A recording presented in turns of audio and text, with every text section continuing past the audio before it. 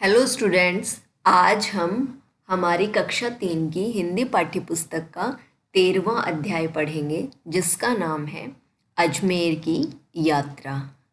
अजमेर हमारे राज्य राजस्थान का एक प्रमुख जिला है और ये राजस्थान के बीचों बीच बसा हुआ है।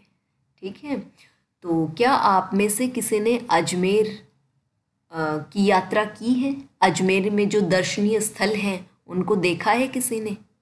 इस पाठ में गुरमीत नाम का एक लड़का है जो अजमेर घूमना चाहता है और उसका एक दोस्त रजाक जो अजमेर में ही रहता है वो उसके पास जाता है और रजाक गुरमीत को अजमेर के दर्शनीय स्थलों की सैर करवाता है।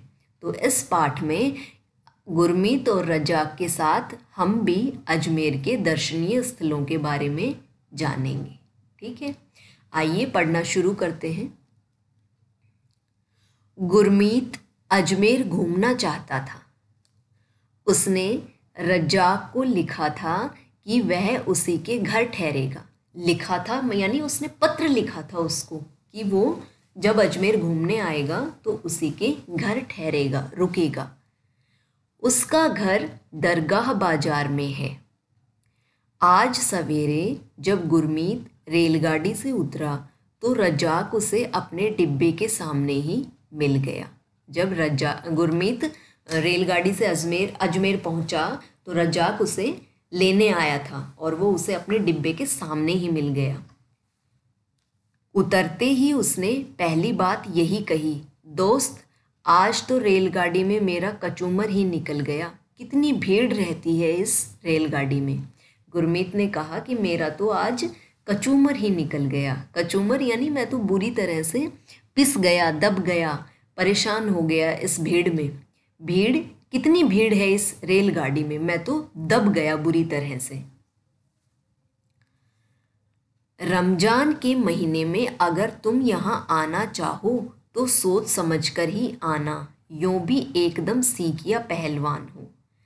तो ये बात गुरमीत ने कही थी, तो इसे हमने इन कोमाज के अंदर बंद किया है। जब कोई बात किसी की कही हुई ज्यों की त्यों कही जाती है तो उसे इन उद्धरण जो ये चिन्ह है इनके अंदर रखा जाता है उस बात को। इसका मतलब है कि उसमें जरा भी एक भी शब्द इधर उधर नहीं हुआ है। तो इसी तरह से रजाक ने कहा कि रमजान के महीने में अगर तुम यहाँ आना चाहो तो सोच समझकर ही आना, यूं भी एकदम सीकिया पहलवान हो। सीकिया मतलब पतले से और पहलवान यानी ताकतवर आदमी, शक्तिशाली हो, है ना। तो उसने मजाक में कहा कि एक तो पहले से ही तुम सीकिया पहलवान हो और एक तुम रमजान के महीने में आए हो। रमजान के महीने में, रमजान एक मुस्लिम कैलेंडर के अनुसार एक महीना होता है, रमजान का महीना, और इसमें मुस्लिम मस्जिद वो रोज़े रखते हैं और मस्जिद में आते हैं। तो इस वजह से दरगाह में वहाँ और भी ज़्यादा भीड़ रहती है। तो रजा कह रहा है कि रमजान के महीने में आए हो एक, और एक तुम सीखिया पहलवान हो, तो आगे से सोच समझ कर आना। तो ये जो बात है ये उद्धरण चिन्ह लगे हुए हैं, बात के शुरू होने में भी और जब बात जहाँ ख़त्म हो जाती है वहाँ भी। तो ये जब लगाए जाते हैं जब किसी की बात को ज्यों का त्यों रखा जाता है। ठीक है, रजाक ने हंसते हुए जवाब दिया, क्या उस समय और भी अधिक भीड़ हो जाती है? अरे पूछो ही मत, उस समय अजमेर की आबादी में कम से कम 1 लाख लोग और जुड़ जाते हैं। किस समय? रमजान के महीने में। बहुत, क्योंकि वहाँ पे दरगाह है ना, जो विश्व प्रसिद्ध दरगाह है। यहाँ पे सब धर्मों के लोग इस दरगाह में आते हैं। तो रमजान के महीने में यहाँ अजमेर की जो आबादी है, जो जनसंख्या है, उसमें कम से कम 1 लाख लोग और जुड़ जाते हैं। तो अब तुम सोच लो कि भीड़ कितनी ज़्यादा होती होगी। यात्रियों के लिए बहुत सी व्यवस्थाएं की जाती हैं, इंतज़ाम किए जाते हैं। सड़कों पर, बाजारों में जहाँ देखो वहाँ भीड़ ही भीड़ हो जाती है। तुम्हारे घर के पास तो मेला लगा रहता होगा, ये बात गुरमीत ने कही। रजा कह रहा है, कुछ पूछो ही मत, उन दिनों तो बाजार जाकर सब्जी लाने में भी पहलवानी दिखानी पड़ती है। पहलवानी दिखाना, ताकत लगानी पड़ती है, यानी उस भारी भीड़ में से जाना और बाजार से सब्जी लेकर आना तो बहुत ताकत लगानी पड़ती है। दोनों मित्र जोर से हंस पड़े, दोनों दोस्त जोर से हंस पड़े। कुछ देर बाद गुरमीत को रज्जाक अजमेर की सैर कराने ले गया, उसको सैर कराने, उसको घुमाने ले गया। यह देखो, यह सदर दरवाजा कहलाता है। सदर मानी मुख्य, प्रमुख, मेन, है ना। तो उसने कहा कि ये सदर दरवाजा है, मुख्य दरवाजा है। और वह सामने बुलंद दरवाजा, बुलंद सबसे ऊंचा जो हो उसे बुलंद कहते हैं, उसके भीतर ही दरगाह है। हम लोग वहीं चल रहे हैं, रजाक ने गुरमीत को समझाया। ये आप चित्र देख रहे हैं, ये दरगाह का ही चित्र है। और ये भीड़ आप नीचे, ये जहाँ ये जो आते हैं रोज़े अदा, जो रोज़े रखते हैं और फिर मस्जिद में आते हैं, जायरीन कहा जाता है इनको। और इनकी भीड़ आप देख रहे हैं। यहाँ पे पैर रखने की भी जगह नहीं होती है, बहुत ज़्यादा भीड़ होती है। ये बड़े बड़े कड़ाह, जो कढ़ाई होती है उसका, बड़े आकार की जो कढ़ाइयाँ होती हैं उन्हें कड़ाह कहा गया है। बुलंद दरवाजे के दाएं बाएं दिखाते हुए गुरमीत ने पूछा। बुलंद दरवाजे के दाएं और बाएं दोनों तरफ बड़ी बड़ी कढ़ाइयाँ रखी थी। तो गुरमीत ने पूछा कि ये बड़े बड़े कड़ाह ये क्यों रखे हैं यहाँ। तो रजाक ने बताया, इन्हें देग कहते हैं। देग, इस बड़े देग में 100 मण से ज़्यादा चावल का जर्दा पक सकता है।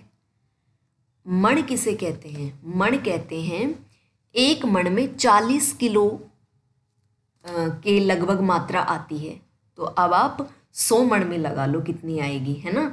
तो 100 मण से भी ज़्यादा चावल का जर्दा, जर्दा कहते हैं, चावल ही होते हैं, एक तरह से मीठे चावल ही होते हैं। और उनमें खाने वाला लाल या नारंगी रंग मिला के उन्हें लाल या नारंगी रंग दे दिया जाता है। और ये मीठे चावल होते हैं और इन्हें चावल का जर्दा कहा जाता है। तो वो कह रहा है रजाक कि इस बड़े देग में 100 मण से भी ज़्यादा चावल का जर्दा पक सकता है और छोटे में 60 मण। उर्स के समय वही प्रसाद बांटा जाता है। और ये जो जर्दे का ही प्रसाद, उर्स जब मेला लगता है दरगाह में, है ना, तब यही प्रसाद बांटा जाता है और उसे देग लूटना कहते हैं। और जो ये प्रसाद बंटता है इसे क्या कहते हैं? देग लूटना। उस समय तो यहाँ कंधे से कंधा छिल जाता है। आओ आगे चलें। कंधे से कंधा छिल जाता है मतलब बहुत भारी भीड़ होती है। यह 12 दरी और भीतर की मजार सब संगमरमर से जड़े हैं। 12 दरी बरामदे को कहते हैं। ये बरामदा और भीतर की जो ये मजार है, मजार कब्र एक तरह से, ये सब संगमरमर से जड़े हैं। संगमरमर एक पत्थर होता है तो उससे बने हुए हैं। देखो ना कितना अच्छा लगता है ये सब। गुरमीत ने प्रसन्नतापूर्वक कहा, खुश होकर कहा।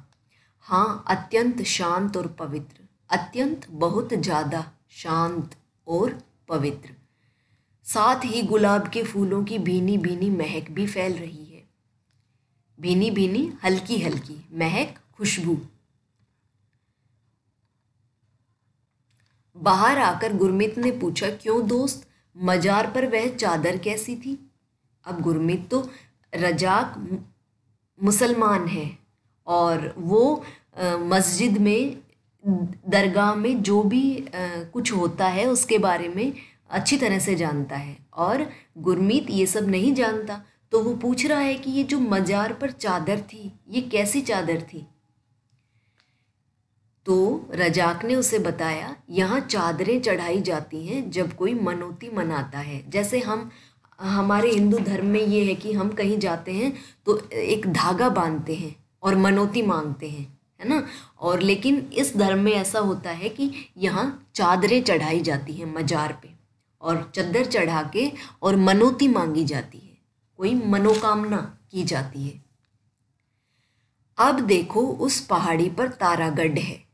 ये एक किला है, तारागढ़ का किला। इसके ढलान में पृथ्वीराज का स्मारक है।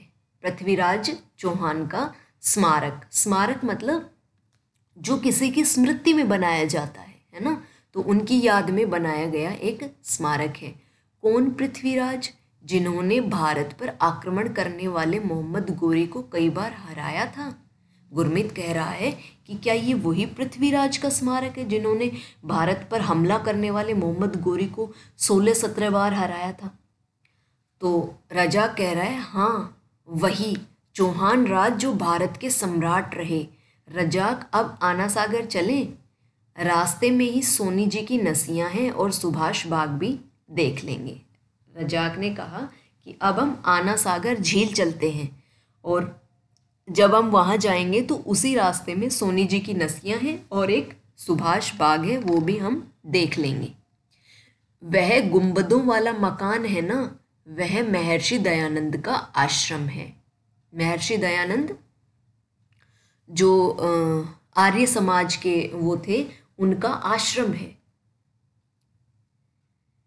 यहीं पर उनकी समाधि है। समाधि जो वह स्थान जहाँ पर व्यक्ति का अंतिम कर्म किया जाता है ना, समाधि। जानते हो दयानंद के नाम पर ही अजमेर के विश्वविद्यालय का नाम रखा गया है ना।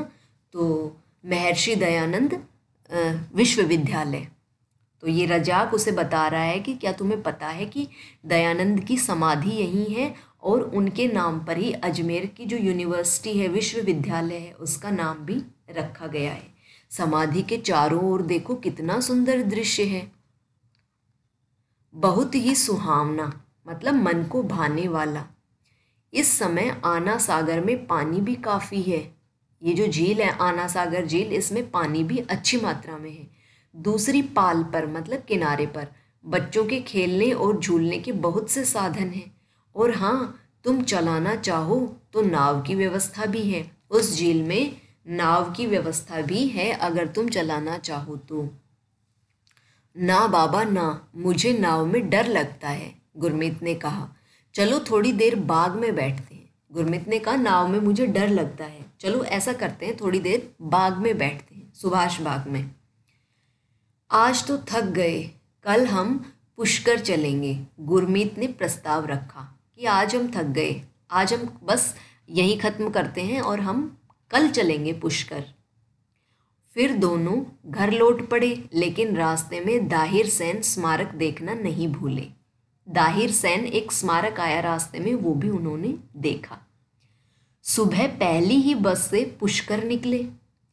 अरावली की घाटियों में बस भागी जा रही थी। घाटियाँ पहाड़ियों के बीच में जो रास्ता होता है उसे घाटी कहते हैं। तो जो अरावली पर्वतमाला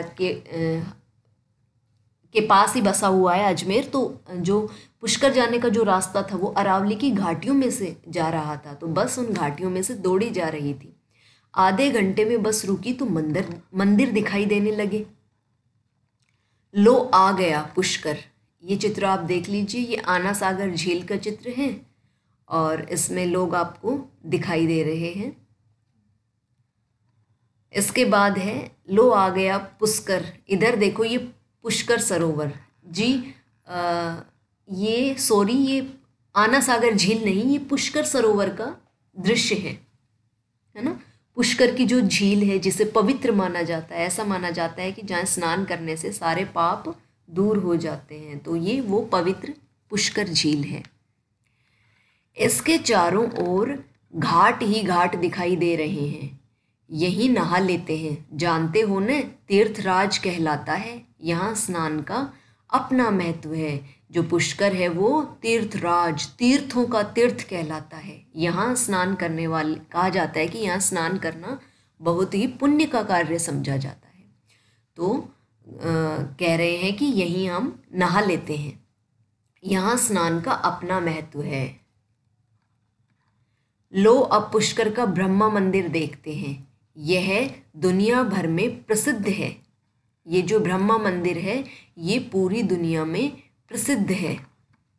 इसके दाईं ओर पहाड़ी पर जो मंदिर दिखाई दे रहा है वह गायत्री देवी का है और बाईं पहाड़ी पर सावित्री देवी का। यह मेला प्रांगण है। प्रांगण आंगन, जहाँ पर मेला लगता है उस मेले का आंगन है ये। यहाँ कार्तिक मास में एकादशी से पूर्णिमा तक भारी मेला भरता है। खूब पशु खरीदे और बेचे जाते हैं। पशुओं का मेला भरता है यहाँ, ठीक है। और बहुत सारे पशु खरीदे और बेचे जाते हैं। दुनिया भर से लोग यहाँ आते हैं। लो अब पंचकुंड चलते हैं। कुंड पानी वाला स्थान। वहाँ 5 कुंड हैं जिनको पांडवों ने बनाया था और उसके ऊपर गोमुख है जिससे गिरने वाला पानी एक से दूसरे कुंड को भरता चलता है ना। जब एक कुंड में पानी भर जाता है और वो अतिरिक्त हो जाता है तो वो पानी दूसरे कुंड में आ जाता है, दूसरे से तीसरे में, तीसरे से चौथे में। इस तरह से 5 कुंड बने हुए हैं जिन्हें पंचकुंड के नाम से जाना जाता है। वह पानी फालतू नहीं जाता, कुंडों को ही भरा हुआ रखता है। और ये इस तरह से बनाए हुए हैं कि इनका जो पानी है वो कुंड भरने के बाद बर्बाद नहीं होता, बेकार नहीं जाता, बल्कि वो कुंडों को ही भरा हुआ रखता है। इस तरह से इनको बनाया गया है। खाना वहीं खाएंगे मगर कोई बंदर झपट कर न ले जाए, ध्यान रखना वहाँ खूब बंदर रहते हैं। तो ये था हमारा पाठ अजमेर की सैर, ठीक है। इसके बाद आता है इसके अभ्यास कार्य। इसमें कुछ कठिन शब्द आए हैं और जिनके अर्थ इनके सामने लिखे हुए हैं।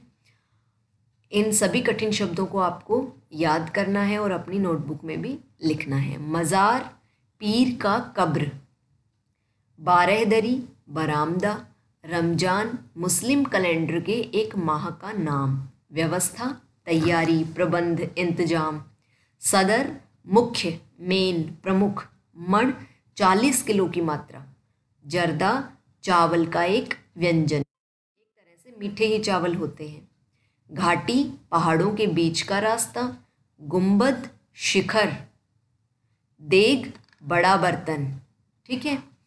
आज बस इतना ही। धन्यवाद।